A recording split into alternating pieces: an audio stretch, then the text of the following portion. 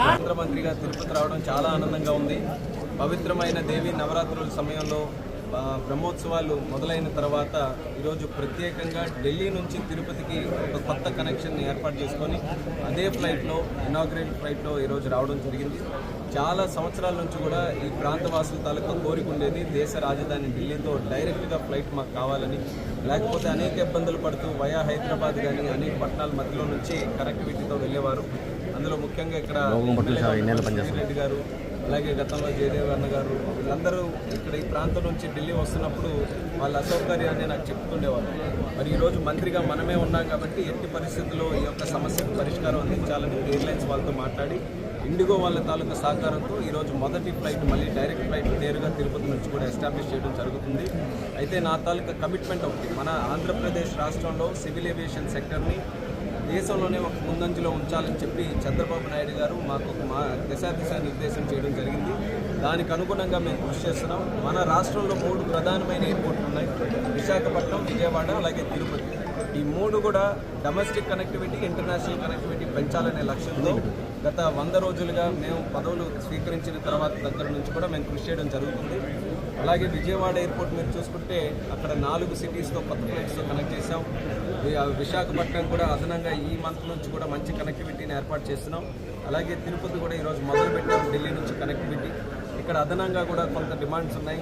ముంబై నుంచి డైరెక్ట్గా కావాలి, షిరిడీకి కావాలి, కోయంబత్తూరుకి కావాలి, ఇలా అనేక పట్టణాలు, ప్రధాన పట్టణాలు, కలకత్తా కానీ ఇలాంటి ప్రదేశాల నుంచి కూడా చాలామంది భక్తులు తిరుపతి వస్తున్నారు. సో వాళ్ళకు కూడా డైరెక్ట్ కనెక్టివిటీ కావాలని చెప్పడం జరుగుతుంది.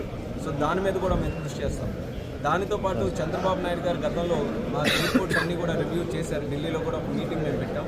అప్పుడు ఆయన స్పష్టంగా చెప్పారు, తిరుపతి ఎయిర్పోర్ట్ నుంచి డొమెస్టిక్ కనెక్టివిటీతో పాటు భగవంతుడు ఎవరైతే కలియుగ వెంకటేశ్వర స్వామి ఉన్నారో ఆ వెంకటేశ్వర స్వామి దర్శనం కోసం ప్రపంచ నలుమూలల నుంచి వస్తున్నారు. అందుకని ఆ ఉద్దేశంతో ఆయన గతంలో ముఖ్యమంత్రిగా ఉన్నప్పుడు దీన్ని ఇంటర్నేషనల్ ఎయిర్పోర్ట్గా చేయడం జరిగింది. ఆ రోజు ఎన్డీఏ ప్రభుత్వంలో మనం ఉన్నాం. అన్ని సహకారంతో బ్రహ్మాండమైన టెర్మినల్ బిల్డింగ్ ఆ రోజు అశోక్ గజపతి రాజు గారే క్యాబినెట్ మినిస్టర్గా ఉంటే ఇదంతా బ్రహ్మాండంగా చేసుకున్నాం. సో దాన్ని ఇంకా కంటిన్యూ చేసే విధంగా ఇప్పుడైతే ఇంటర్నేషనల్ ఎయిర్పోర్ట్ ఉంది, కనెక్టివిటీ లేదు. సో కనెక్టివిటీని కూడా పెంచాలి, దాని మీద కూడా దృష్టి పెడుతున్నాం.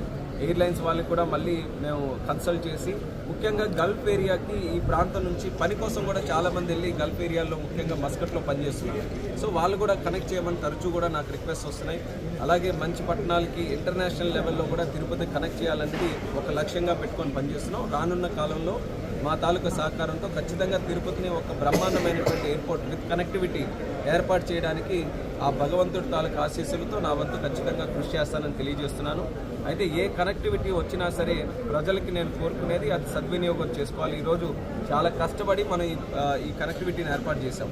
సో ఈ కనెక్టివిటీని మంచి వైబుల్గా రన్ చేయడానికి తిరుపతి ప్రజలందరూ కూడా సహకరించాలి. అలాగే ఈ యొక్క ఎయిర్పోర్ట్ డెవలప్మెంట్ విషయంలో కూడా చిన్న చిన్న ఇష్యూస్ ఉంటే రాష్ట్ర ప్రభుత్వానికి అభినందించాలి. వాళ్ళు కూడా చాలా ప్రోయాక్టివ్గా ఎక్కడైనా ల్యాండ్ సమస్య ఉన్నా, ఎలక్ట్రికల్ సమస్యలు ఉన్నా, ఏవైతే గతంలో చాలా సంవత్సరాలు పెండింగ్ ఉండిపోయినా అవన్నీ కూడా ఫాస్ట్ ట్రాక్ చేసి వార్ ఫుటింగ్ మీద ప్రతి సమస్యలు కూడా స్థానిక ఎమ్మెల్యే గారి దగ్గర నుంచి ముఖ్యమంత్రి వరకు అందరూ కూడా సహకరిస్తూ ఏవియేషన్ని, ఎయిర్పోర్ట్స్ని మనం డెవలప్ చేసుకోవాలి. అవి డెవలప్ చేసుకుంటే మా సిటీస్ డెవలప్ అవుతాయి, మా పట్టణాలు డెవలప్ అవుతాయని మంచి ఆలోచనతో చాలా చక్కగా సహకారం అనేది రాష్ట్ర ప్రభుత్వం నుంచి అందిస్తున్నారు. సో వాళ్ళకు కూడా నేను ధన్యవాదాలు తెలియజేసుకుంటున్నాను.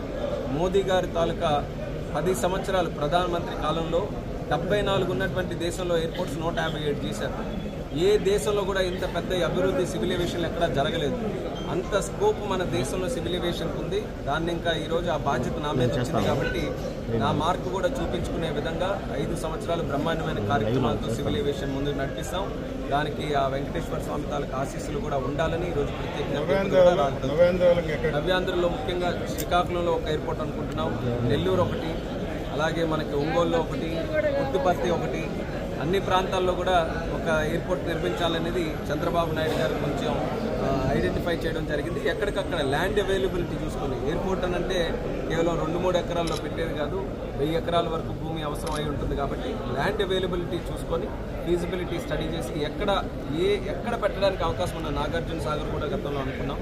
సో ఆ ప్రదేశాల్లో ఎక్కడెక్కడైతే ల్యాండ్ అవైలబిలిటీ దొరుకుతుందో మేము ఇమీడియట్గా ఇక్కడ ఎయిర్పోర్ట్ కట్టడానికి మేము సిద్ధంగా ఉన్నాం. కల్తీ నెయ్యి వివాదం అనేది ఢిల్లీకి చేరింది, దాని మీద తీసుకున్నాం. అది నిన్న సుప్రీంకోర్టు కూడా ఇచ్చినటువంటి జడ్జ్మెంట్ మేము స్వాగతిస్తున్నాం. అయితే ఇందులో ఎందుకు భయపడుతున్నారు వైఎస్ఆర్ పార్టీ వాళ్ళందరూ కూడా స్పష్టంగా చెప్పాలి.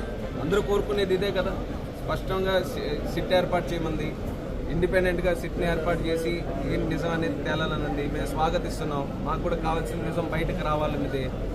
అది అలాంటి విషయాల్లో కూడా ఈరోజు భయపడుతూ మళ్ళీ దాన్ని పొడిగించి రాజకీయం చేసే విషయంలో ఉన్నారు. కాబట్టి ఈరోజు ప్రజలు కూడా అన్ని అబ్జర్వ్ చేస్తారు. ముఖ్యమంత్రి గారు ఎందుకు వాళ్ళు యాక్చువల్గానైతే నేనేమనుకున్నానంటే వాళ్ళు కోరిక ఇదే ఉంటుందేమో, ఇండిపెండెంట్గా సిట్ వేయాలన్న కోరిక. బహుశా వాళ్ళ మీద ఒక నింద మోపిన తర్వాత వాళ్ళు ఏ తప్పు చేయకపోతే ఇలాంటి నిర్ణయాన్ని స్వాగతించాలి. ముందు పెట్టండి.